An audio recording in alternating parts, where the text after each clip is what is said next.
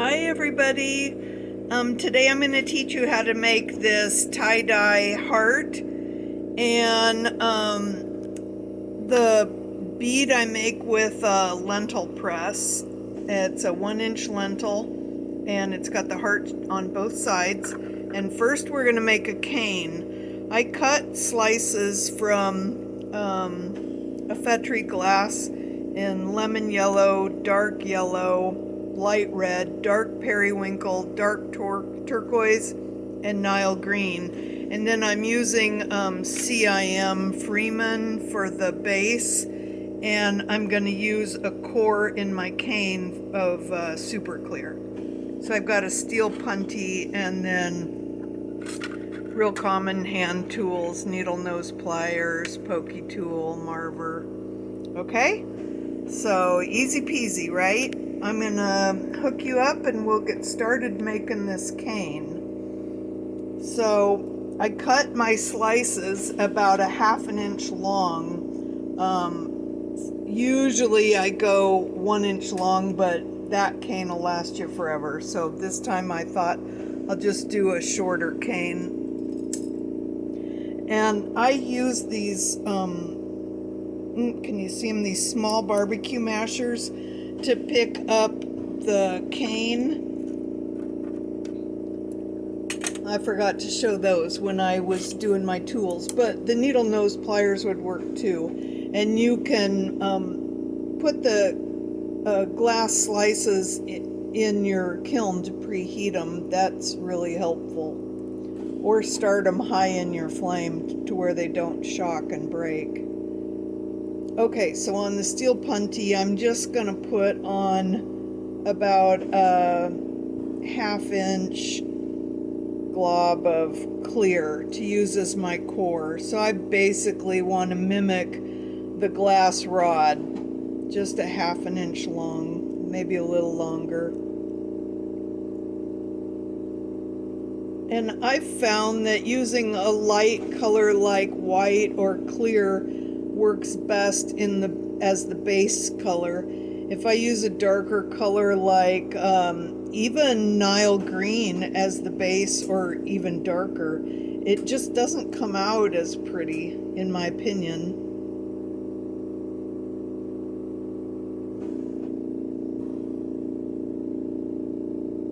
And I use this cane for lots of stuff.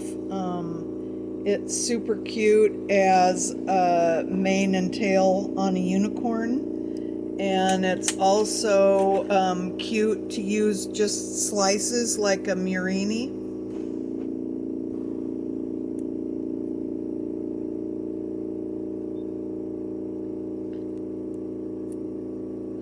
Okay, so that's pretty decent there. So now I'm going to start off laying my colors down. I want to superheat a spot on the clear, and I'm going to superheat an edge on the colored rod, and then I'm just going to mate them together just like that. And I like to place them in order so that I don't forget where I'm at, because sometimes when you heat the glass, the color looks different and you can forget. Sounds stupid with a small project like this, but if it's happened to me, it could happen to you. The cat will come and bump my work, and then next thing I know, I've got my little slices rolling all over the place, and I quickly have to remember what was the last color I placed. If you put them in order, then there's not a worry. Okay, so I'm continuing around, spot heating and then placing my cane, and I'm kind of scooching them close together with those parallel mashers because I want to make sure that I've got enough room for my last 2 pieces here.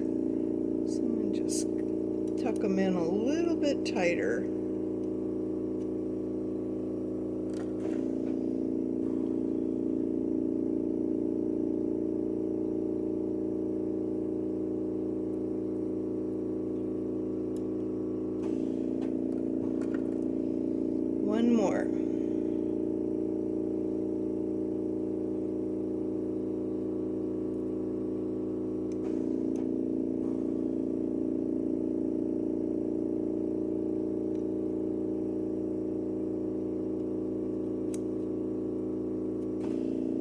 Okay, so now I want to start melting them in. And then I need to get a stringer of regular black, about the thickness of a commercial stringer. You want it kind of thick. So first I'm gonna melt these in almost all the way in, but left a little raised. So I'm just gonna pause you for a minute and then come back when I get them melted in. Okay, so now I got it almost all the way melted in. They're still a little raised, and I did take my bead rake and pull out the colors a little bit to the center, and I pulled them down this way towards the punty. So then I'm going to take my black stringer, and I'm going to draw lines between the colors, and it doesn't have to be perfect. When we pull out the cane, it will make it look like they're right in between the colors, even if you didn't draw your line perfectly. So by leaving the colors raised slightly, it just helps to kind of guide that stripe. So there's a couple here that aren't all the way to the end, so I'm just going to drag those out with my bead rake, pokey tool,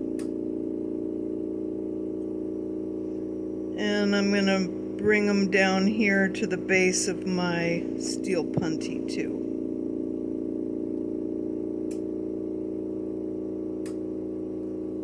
Okay. So now we're going to get the whole wad good and soft.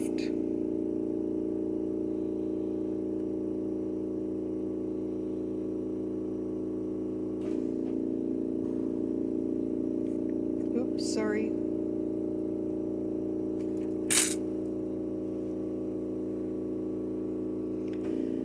So the way I pull my cane is to grab the end with needle nose pliers.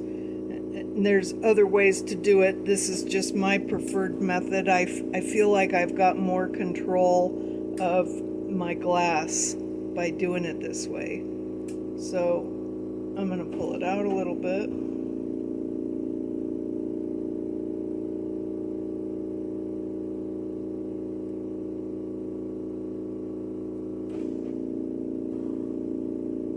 And you can of course make the choice to twist it while you pull or pull it straight, and I like to do mine twisted. So it's good and soft now, so I'm going to keep that heat right behind where I'm pulling. Let's see, I'm going to have to reposition a little bit with the camera. Okay, so I'm gonna pull it, and I want the thickness to be about 1/8 of an inch, ideally.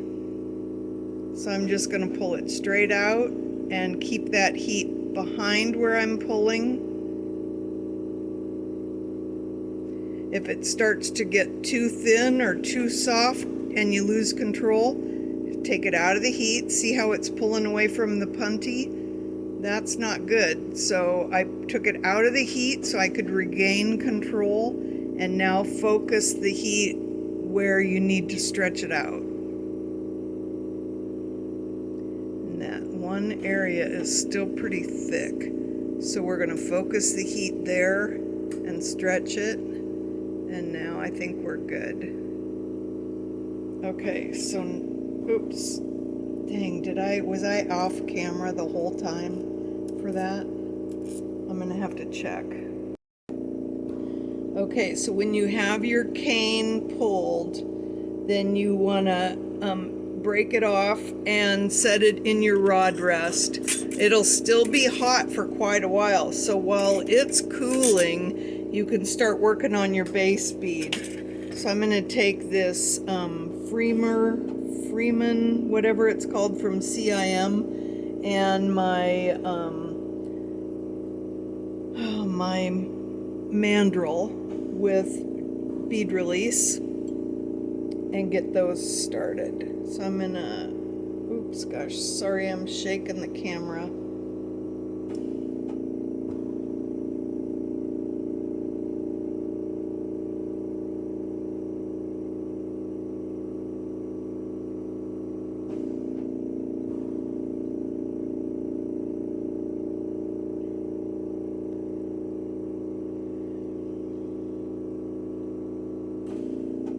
So for this lentil press, I'm gonna make a base bead that's like a big barrel. And I want it to be about 3/4 of an inch long and about a 1/2 inch thick. And then that will fill my press pretty nice. I've got a lot of air bubbles in my glass, so I'm gonna try to work those out. I had a wet mandrel. It's that type dip and go that you can dry in the flame, but it does produce some air bubbles if you do it.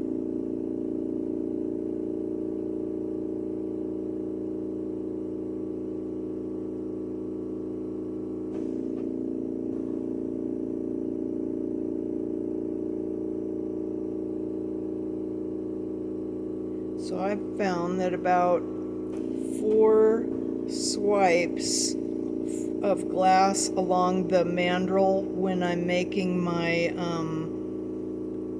my footprint for this bead is about a perfect 3/4 of an inch long.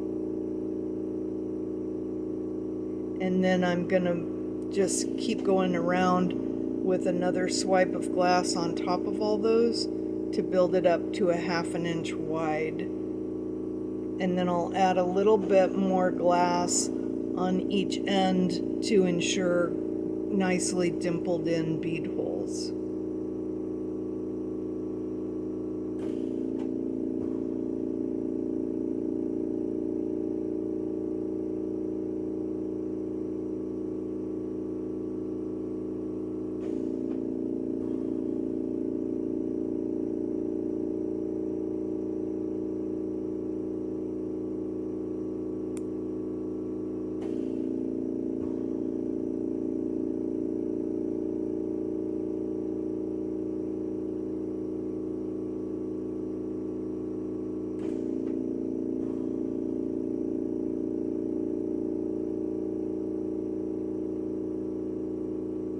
Looking pretty close.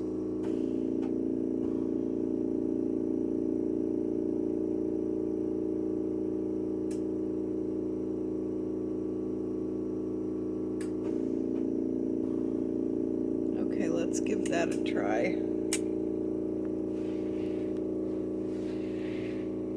So I take my lentil press, where is it? Okay, it's up here on my rack. So about 3/4 of an inch long should fill it up pretty good. And we're gonna get it good and soft first, and then I always give it a couple of test squeezes just to make sure that it's filling up the press well. I think I'm gonna add just a little bit more on the ends.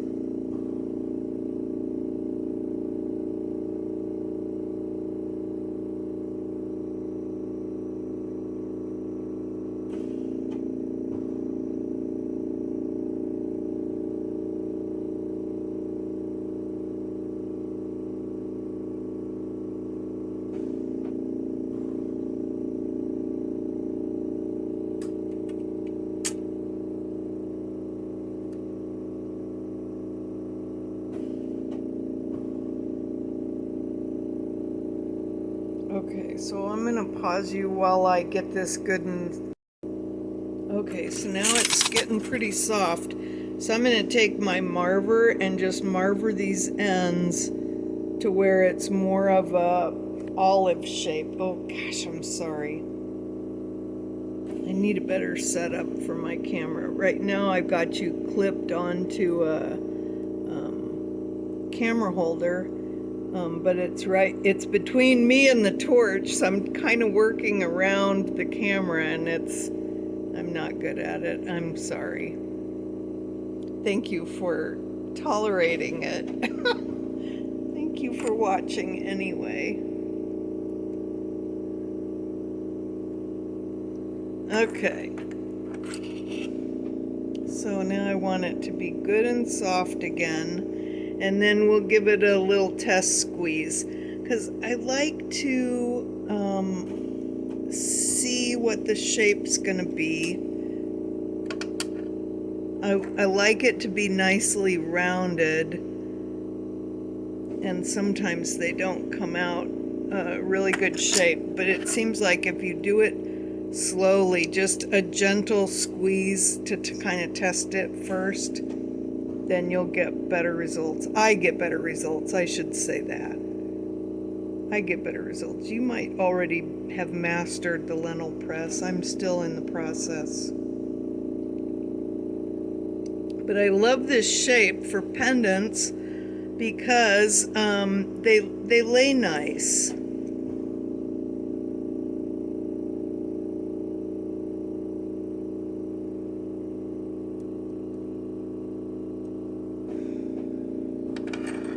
Okay, so that's looking pretty good. And it looks like my bead holes are going to be okay. So I'm pretty happy with that. Okay, so now I'm going to draw the heart on with my stringer, and the stringer is good and cold now. So you got to decide if you want the heart with the hole oriented vertically or horizontally. Horizontal is great for bracelets, but for pendants it's better vertical, of course. So I'm going to heat up the end of the cane, and I want a nice big ball of molten glass on the end of that cane, and it'll get all kind of mixed up and beautiful. So then lay the ball down and swipe down. So I'm planting the ball a little bit higher than center and swiping down. And now we're going to do the same on the other side. So let a good gather build on the end, and then plant it and swipe down.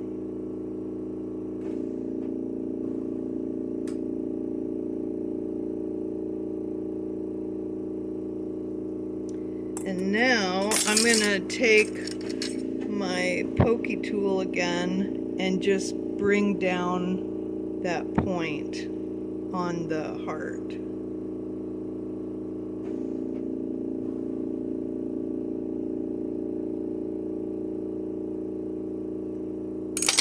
And then you may need tweezers to just pinch it off a little bit. And then I'm going to melt it so it's not, I don't want it flush, I still want it raised a little bit, but I want it good and solid on the bead so there's no chance of it chipping off. Because, like, you know, if somebody wanted to use this on a key ring or something, the raised edges would be prone to chipping off. So I'm just going to kind of mash it a little bit, and I could tweak the shape of my heart a little bit just by dragging the glass around with my tools. While it's still raised, you can manipulate it quite a bit. So I'm pretty happy with that. So I'm just going to go ahead and make all the edges nice and soft.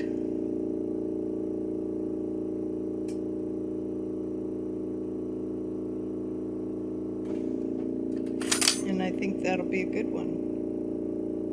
So now I'm going to go ahead and put that in the kiln. Thanks for watching.